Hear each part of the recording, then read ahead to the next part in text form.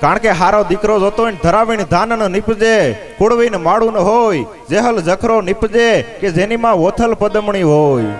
દાડો હનુમાન એવડું નામ ગામડે ગામડે એની પૂજા થાય, પણ હું કામે એવી અંજની એની માં જોઈએ. હા, બાપે એવો જોઈએ. એનો એક લોક સાહિત્ય દોહો સાક્ષી પૂરે કે ધાવણ ધાવેથી કામ થયું.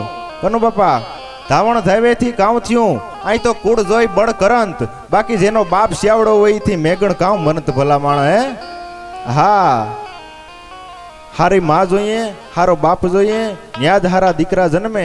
બાકી ઉદરમાં સંતાન હોય ને ફિલ્મ જોવી ને સોલે ન્યા જોની વોકરના ભાણિયા જન્મે સાહેબ. ન્યા એકઈ ન આવે સાહેબ. મહારાણો પ્રતાપ ને આવે, દેવાય તો બોદર ને આવે, કોઈ ના આવે.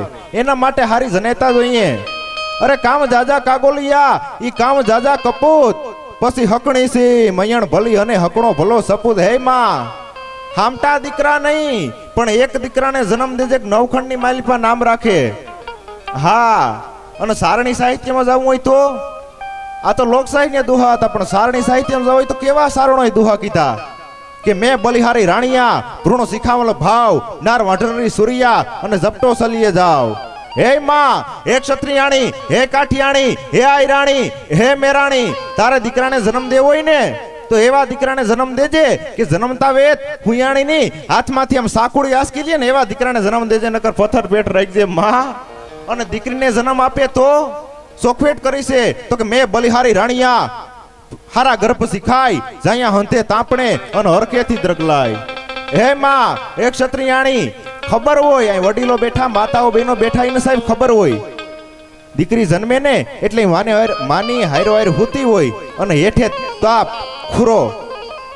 ઈ દીકરી તાપને પકડવામાં લાંબા હાથ કરતી હોય. ઈ દીકરી એમ કહેતી હોય, ઈ દીકરી એમ કહેતી હોય કે મહા, હું અત્યારે તો નાની છું, પણ હું જ્યારે 18 વર્ષની થાય અને જેથી મારા પતિની હારે પરણીને જાય અને મારો ધણી જેથી ધીંગાણામાં કાયમ આવી જાય ને તેથી આવી અગ્નિમાં હું કૂદી પડી, એનો મને આનંદ છે. ભલામણ મેં બલિહારી રાણિયા, હારા ગર્ભ શીખાય, જાયા હંતે તાપણે અને હરખેથી દ્રગલાય. સાહેબ, આ તો વાતમાંથી વાત યાદ આવે એટલે. અને આ સાહિત્યનો વર્ગ છે, મને ખબર છે સાહેબ. નાટકો રમાઈ ગયા ભલામણ, દાદ આપજો એટલા માટે. કારણ કે માં ધ્યાન ન દે તો દીકરી બગડે, બાપ ધ્યાન ન હોય તો દીકરો બગડે.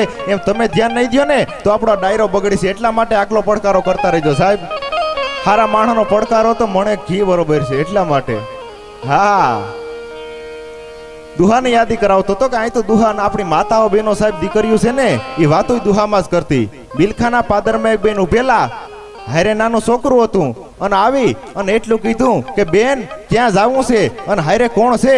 અને સાહેબ બાઈ તે દુહામ જવાબ દીધો તો સાંભળજો કે મન મોવે તને બિલખે કાળજુ કોડીનાર, અડધોંગ હાટીના માળી અને હાપતરું હરદાર.